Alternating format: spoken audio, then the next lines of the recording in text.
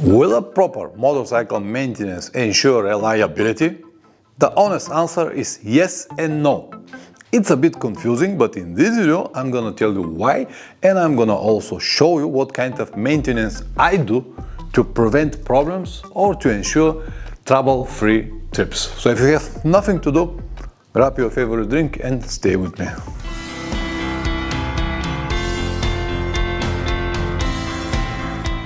Welcome back. As you can see, winter is coming. Luckily, I won't be here to feel it.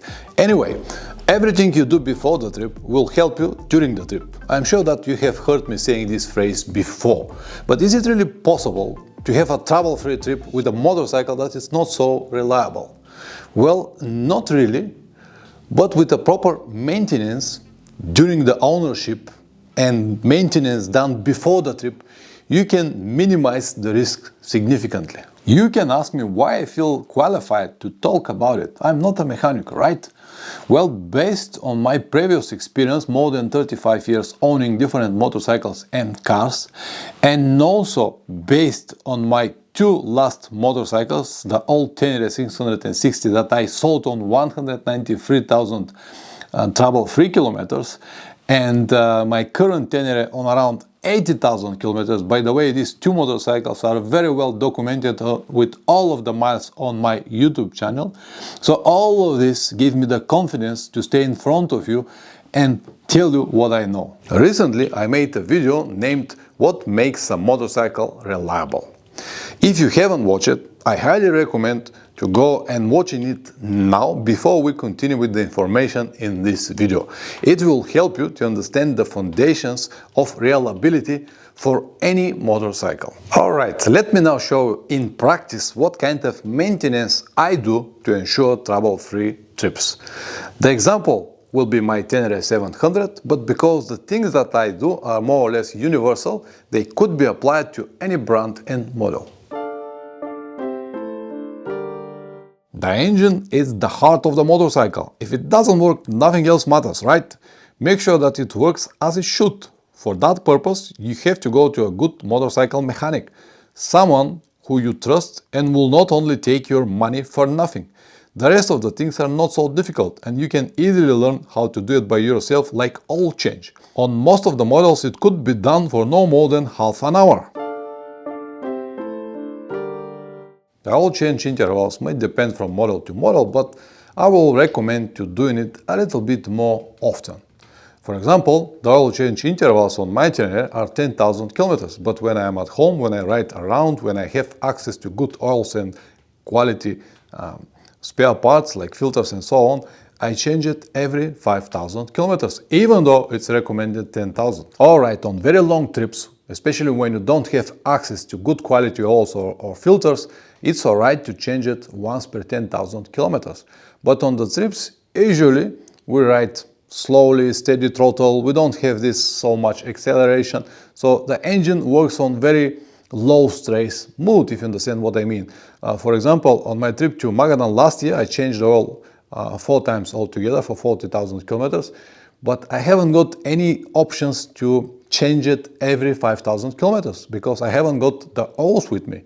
This will mean a lot of changes and a lot of luggage if I want to carry the oil with me, or if I want to find a place that I can buy a good quality oil. But usually when I'm at home, as I said, every 5,000 kilometers I change the oil. The valve clearance is something that might cause or save you a lot of problems. Do it regularly and you will ensure a good work of the engine. On some models like my old Tenere, it was required every 20,000 kilometers. On the new, I still haven't checked them because they work on the different principles, but it is an important part of the engine that cannot be neglected.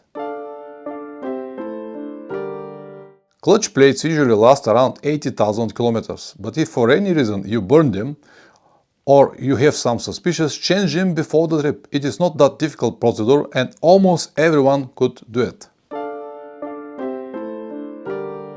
From the engine we have to move to the next very important part, the chain or drive shaft, depending on the model you have.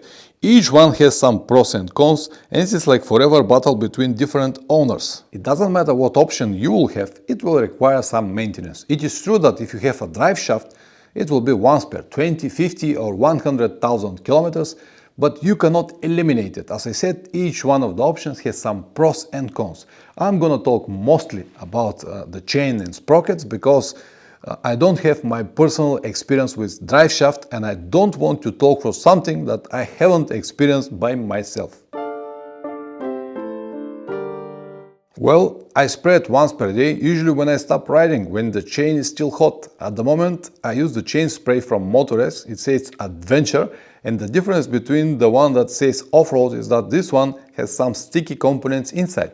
Without them, with the normal off-road spray, the oil will fly away from the chain once you increase the speed, and after a few highways kilometers, the chain will be completely dry. I usually clean the chain once per year or never. For example, on my trip to Magadan last year, the chain lasted 36,000 kilometers, and for these 36,000 kilometers, I used 2 of these sprays for the whole trip. And I got a lot of rain and a lot of mud and many different riding conditions and dust and cold and anything. And even so, the chain survived 36,000 kilometers. So as you can see, I'm not a big fan of these oilers and constantly cleaning and lubing the chain, nothing at all. For me, it is just a spare parts that it's not so expensive. Usually chain and sprockets cost around 100 euros to change it. And I never worried so much about it. I'm just riding until they work and then change it. Every time when I change the chain, I change the sprockets as well at the same time. This will ensure the maximum mileage from the chain and sprockets. And one tip from me, if you change your front sprocket in the middle of the life of your chain, let's say on 15,000 kilometers, this will extend the life of the chain with at least, I'll say 10,000 kilometers, because usually the front sprockets is wear faster and the teeth became like a clasp like that, like bend it a little bit, and this wears the chain much faster. So if you change your front sprocket twice, the rear will last much more, include the chain. Start from battery and follow all the cables, the whole electric installation, from the battery to the indicators, light, everything. If necessary, remove the petrol tank and inspect all of the cables.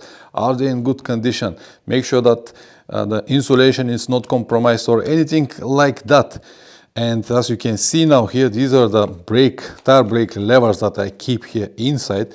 And because they are from metal, I have this insulation part here underneath just to protect it, to make some kind of circuit with the battery or the fuses underneath. So make sure that you check the whole installation before the trip and on regular schedules during your maintenance period, just to make sure that everything works well. Water and chemical solvents are the biggest enemies, much worse than dust and mud. The more often you wash your motorcycle, the more you risk causing some problems, especially when you do it with high pressure water and active solvents. Wash your motorcycle only when it's absolutely necessary. When you have a full day in the mud, for example, or you ride in the winter in salty streets, salty water, or some exceptional conditions like that. The usual dust or a little mud on your motorcycle, it's not a problem at all. Just stay away from the car washes where they use these active solvents, and clean it, wash it only when it's really necessary. This will protect your motorcycle and it will run for many years without any problems. I know that it's hard to accept all of this, but this is the reality. The rain is fine, don't worry about it. All the cables and everything is made waterproof to survive for many hours in the rain. Just make sure that when you get back to the garage, you don't cover the motorcycle, or even if you're outside, just leave it to dry first and then you can have your cover on the top. If you don't do it, if you cover it when the motorcycle is wet, you will create this dampness, and the dampness will go everywhere. It will create some rust here and there and maybe future problems in your electric installation. And one very important piece of advice: don't mess with the electric system on your motorcycle. Keep it as stock as possible. All of these features like accessories and all the stuff that you can buy and install on your motorcycle, different 12-volt sockets, auxiliary lights, or whatever gadgets you plan to install, they will compromise the electric system of your motorcycle. So stay away, and this will ensure the maximum longevity of your model. Now you can see I have my Oxford grips, but Oxford grips are directly connected to the battery. They don't require to cut any main cables or to make any kind of different insulations. As I said, keep it as stock as possible and it will work for many years. Again, a regular inspection every 10 or 20,000 kilometers, especially if you change them once.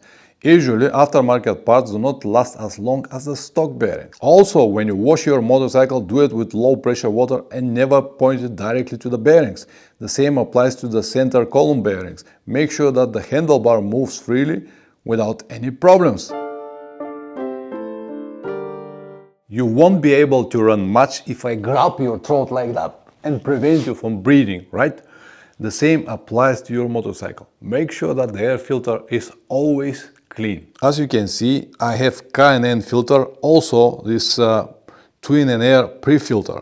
So I can take it out, wash it, dry it and use it anytime that I think that it needs. At the moment it's a little dirty, so it's time to take it out, wash it and use it again. But make sure that the air filter is always clean.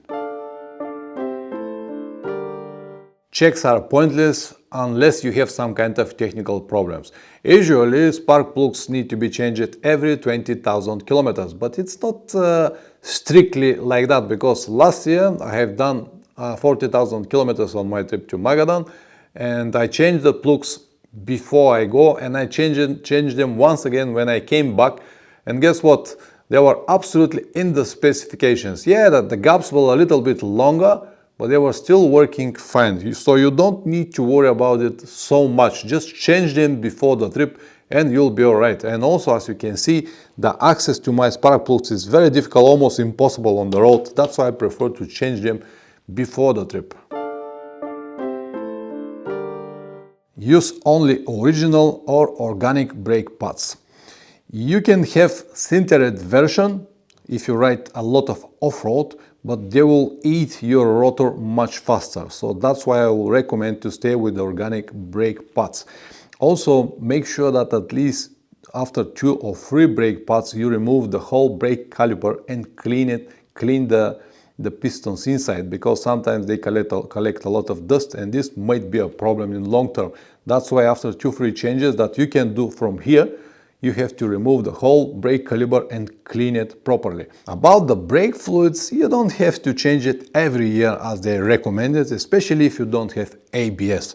Yes, if you overheat your brakes during your rides, when you lose the brakes, then it will be necessary on the next time when you have a maintenance to change the brake fluid as well, because when you overheat it, it starts boiling, and when it's boiling, it creates some kind of moisture inside, and this will compromise the brake fluid. But if you never overheat it and you don't ride so much, once per 2-3 years is more than enough if you have ABS. If you don't have ABS, you can keep it even longer.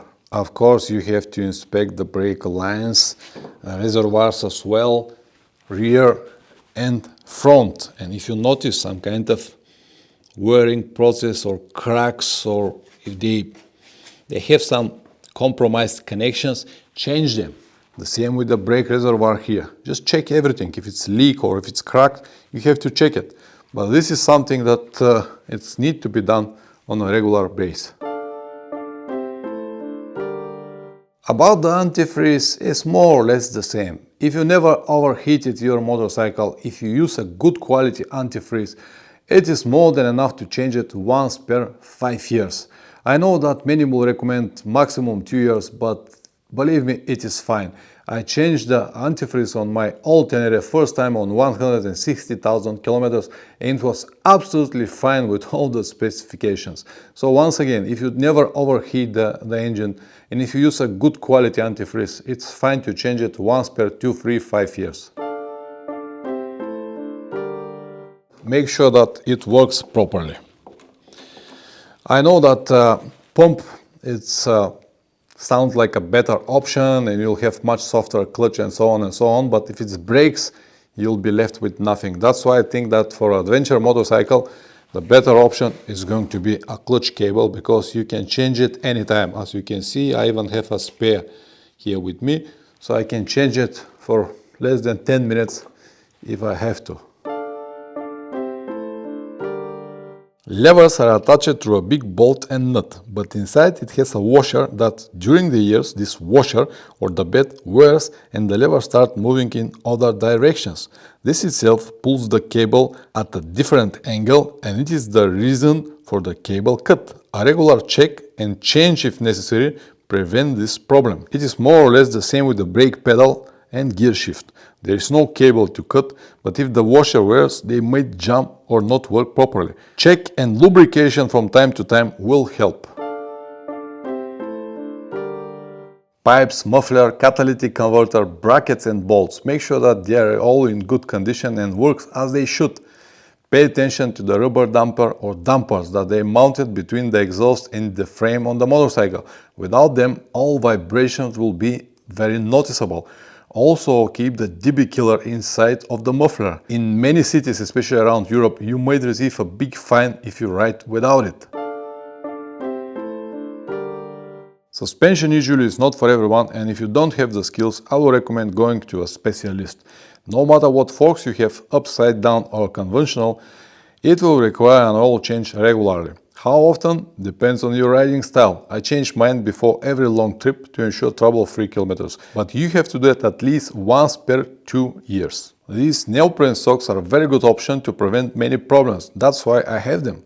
They also need to be changed often. Again, it depends on your riding style. A regular inspection on the shock absorber is also needed. If something goes wrong, you're gonna notice it, you're gonna feel the different damping, but also it might start leaks on some stage, or it might be physically damaged, some cracks or something. That's why you have to do this, as I said, physical inspection time to time, just to make sure that it works well. Once in a month, it's not gonna hurt you if you just spin the wheel and inspect for some kind of cracks or dents. Check the spokes, you might have a broken spoke somewhere. So it's easy procedure that will show you if you have some kind of problem. I don't have to tell you that fresh tires and tubes as well will ensure a safe and comfortable journey. Of course, you can always have a flat tire, but this is another story, and also it happens more often when the tires are worn out. As you saw, guys, it's not a rocket science, and everyone with an average intelligence and a little bit of mechanical skills could do it. Anyway, as you know already, or maybe you don't, but next month I will fly to South America and my journey around the continent will start. So I would like to use this video to thank to each and every one of you who already supported my trip. So many people from everywhere around the world, different nations, sent a little bit of money for my journey. I highly appreciate this help, guys. It's like I don't know how even to name it, but it's a miracle when someone at the other part of the world send you hard-earned money for your journey. It's like something that I cannot even express. Anyway, I know that the time is not gonna be enough, only 3 months, so this is what I plan to South America, but I will do my best to show you as much as possible from this part of the world, and I really hope that one day I'll be able to return the favor. Anyway, press like or dislike, whatever this video deserves. If you subscribe, even better. See you in the next one. Ciao.